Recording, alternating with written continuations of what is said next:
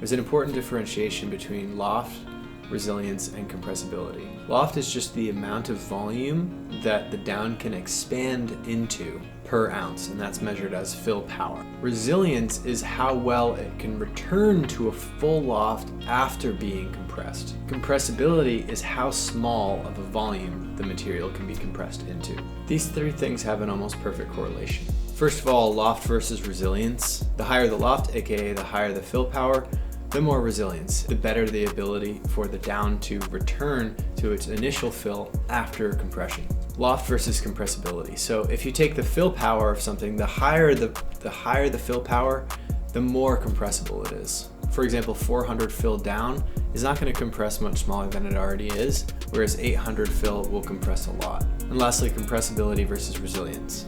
The more compressible something, the more resilient. So if it compresses a lot, it will also be more resilient to being compressed for extended periods of time. That said, all down will lose loft if compressed for an extended period of time. Almost all down is completely safe for 1 or 2 days. Cheaper down or lower fill down is more at risk between a few days and a few weeks, but almost all down after a few months of being compressed will have a lower resilience. That down now has less fill power, less resilience, and less compressibility.